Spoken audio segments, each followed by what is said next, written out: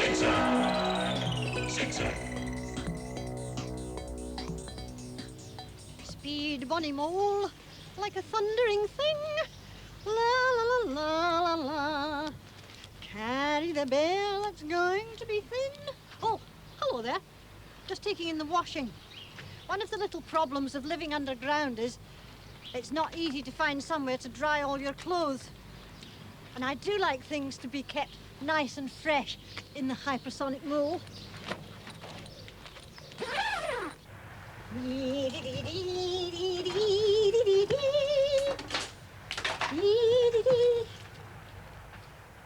All right, it's untidy. I never said it was tidy. I said it was clean and fresh. Well, it's clean anyway. I'll put these away later. Oh, it's one good thing about the mole. There's no room for my mother to come along. Just me and Esperanto, my faithful bear, travelling in hope together. Please yourself. So, where to this week? Last week it was Switzerland, and now we're going up north to this week's country, Germany, up north. If you say it like that, it's easy to remember that north is up at the top of the map and south is down at the bottom. Down south, up north. But before we get to Germany, there's just time for a German snack. So choose the correct flag for Germany. Black, red and yellow. And here's the food. Black bread and sausage. Delicious. Here, Esperanto. Did you know that in German the word for sausage is Wurst? And it's certainly not the worst thing I've ever tasted. It's a joke, Esperanto. He doesn't think it's funny. Neither do I, really. Sorry about that. Right, on with the journey. Power, check. Transmission, check. Map, check. And off we go!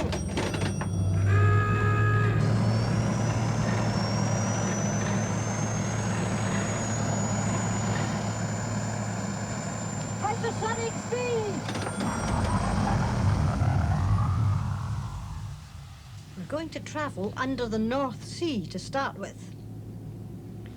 And the place we want is in the north of Germany. We're looking for Hameln on the river Weser.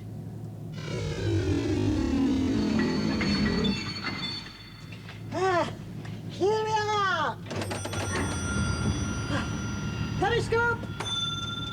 Let's have a wee look. And there it is. Spot on navigation. The Weser is in the north of Germany, and as it flows along towards the North Sea, it passes through the town of Hameln. In many ways, Hameln looks an ordinary enough place.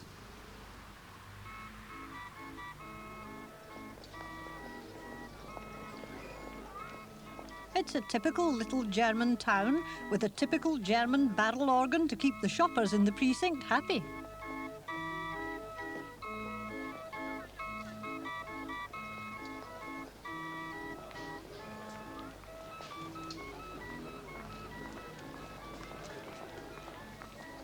And here's a typical German shop. Know what it is? The notice may give you a clue. Bäckerei. Bitte schön. It's a bakery. Bitte sehr. 5 Brötchen hätte ich gerne, diese kleinen Partybrötchen. So, 5,55 Mark. Look at all that. German bakeries make lots of different bread and cakes. Wiedersehen. But only in Hameln do the bakers make cakes like this. What's he making? I wonder if you can work it out.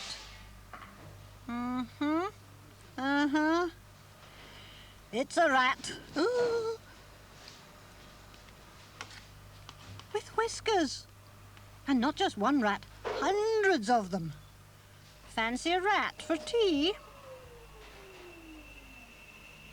So why are they baking rat cakes anyway? It's because at Hameln, several hundred years ago, something happened that the inhabitants were never to forget. It wasn't just to do with rats. It was about this man, a man playing a pipe. Another big clue. Some of you will have guessed who he is. It's the Pied Piper of Hameln. You'll find the piper and the rats everywhere, on the walls and on the beer mats and on the backs of motor cars. And you'll also find them in the main square. For once a week in the summer, these strange events are acted out as a play.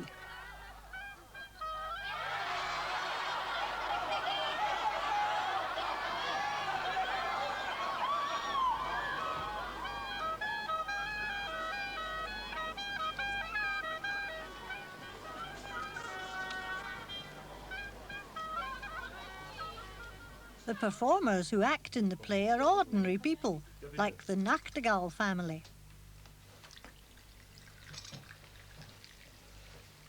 Herr Nachtigall is a policeman and often has to work on Sundays, so he doesn't take part. But the rest of the family all act in the play. Ich esse lieber die Wurst. Na Jörg, bist du denn noch weiter beim Rattenfinger? Bjorn, their youngest, plays the part of one of the rats, though he thinks he's getting a bit big for the costumes now. The play is performed on Sunday mornings. Before they leave, they have a good, solid German breakfast. And then it's time to go and get dressed up in their costumes. Tschüss.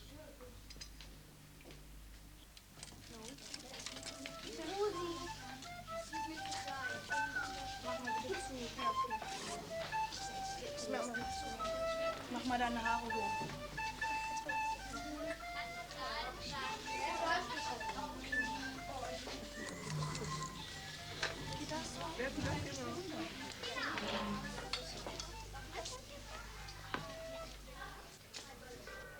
The play starts at midday and there is always a good crowd watching. It's a very popular occasion. Was zahlt ihr mir für einen Lohn? 100 Dukaten. Ja, 100 Dukaten. Did you understand that? I didn't. But don't worry, because I've got the whole story here in English, so we won't miss a thing. It's a rattling good tale. The Pied Piper.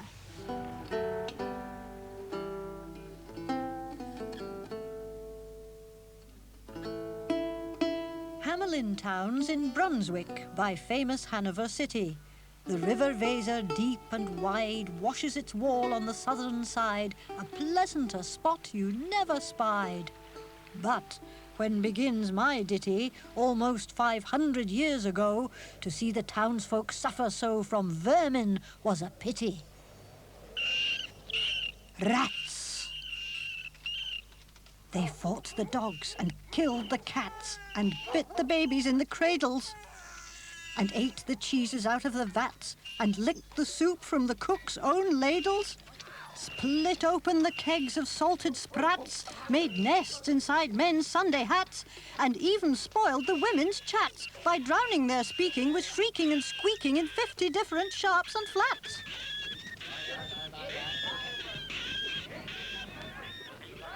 At last the people in a body to the town hall came flocking. "'Tis clear," cried they, "our mayors are noddy, and as for our corporation, shocking." "Rouse up, sirs, give your brains a racking to find the remedy we're lacking, or sure as fate we'll send you packing." At this the mayor and corporation quaked with a mighty consternation.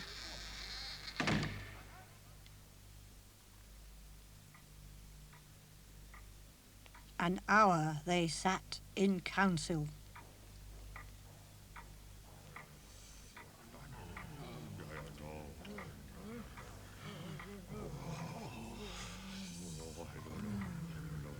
At length the mayor broke silence. It's easy to bid one rack one's brain. I'm sure my poor head aches again. I've scratched it so and all in vain. Oh, for a trap, a trap, a trap! Just as he said this, what should hap at the chamber door but a gentle tap? "Come in," the mayor cried, looking bigger. And in did come the strangest figure. His strange apparel from heel to head was half of yellow and half of red. And he himself was tall and thin, with sharp blue eyes, each like a pin. He advanced to the council table, and, "Please your honours," said he, "I'm able, by means of a secret charm, to draw all creatures living beneath the sun that creep or swim or fly or run after me, so as you never saw. And I chiefly use my charm on creatures that do people harm, the mole and toad and newt and viper, and people call me the Pied Piper. In Tartary I freed the Cham last June from his huge swarms of gnats. I eased in Asia the Nizam of a monstrous brood of vampire bats. And as for what your brain bewilders, if I can rid your town of rats, will you give me 1,000 guilders? 50,000 was the exclamation of the astonished mayor and corporation. Into the street the piper stepped, smiling first a little smile, as if he knew what magic slept in his quiet pipe the while. And ere 3 shrill notes the pipe had uttered, you heard as if an army muttered. And the muttering grew to a grumbling, and the grumbling grew to a mighty rumbling, and out of the houses the rats came tumbling.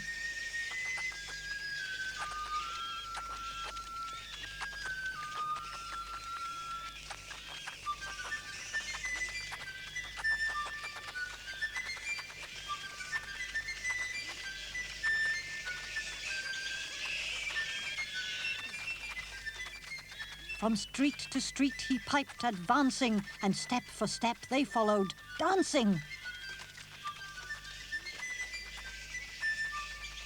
Until they came to the river Weser, wherein all plunged and perished.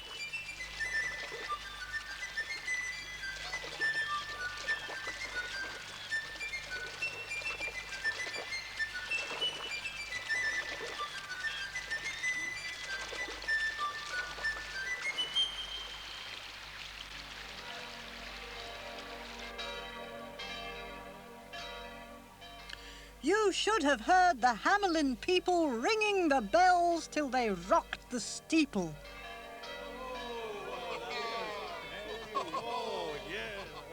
Then suddenly up popped a face. The piper was back in the marketplace. "First, if you please, my 1,000 guilders." 1,000 guilders? The mayor looked blue. So did the corporation, too. To pay this sum to a wandering fellow with gypsy clothes of red and yellow? "Beside," quoth the mayor, with a knowing wink, "our business was done at the river's brink.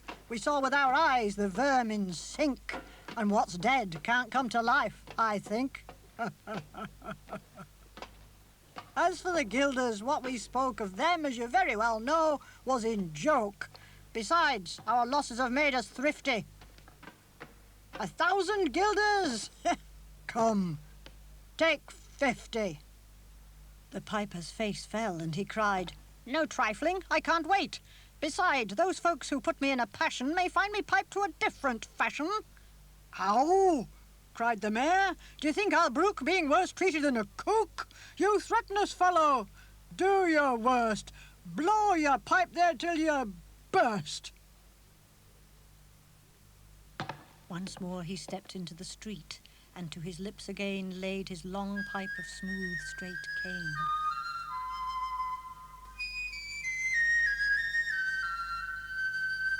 There was a rustling that seemed like a bustling of merry crowd justling at pitching and hustling.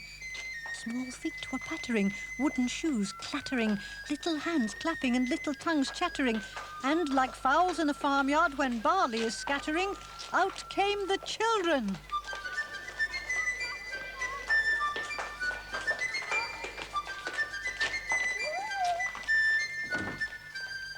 The mayor was dumb, and the council stood as if they were changed into blocks of wood. But how the mayor was on the rack, and the council's bosom beat as the piper turned from the high street to where the Weser rolled its waters right in the way of their sons and daughters. However, he turned from south to west, and to Koppelberg Hill his steps addressed. Great was the joy in every breast. He never can cross the mighty top. He's forced to let the piping drop, and we shall see our children stop. When, lo, as they reached the mountain's side, a wondrous portal opened wide, as if a cavern was suddenly hollowed, and the piper advanced, and the children followed, and when all were in to the very last, the door in the mountain side shut fast. Did I say all? No. One was lame and could not dance the whole of the way. And in after years, if you would blame his sadness, he was used to say, "It's dull in our town since my playmates left. I can't forget that I'm bereft of all the pleasant sights they see, which the piper also promised me. For he led us, he said, to a joyous land, joining the town and just at hand, where waters gushed and fruit trees grew, and flowers put forth a fairer hue, and everything was strange and new."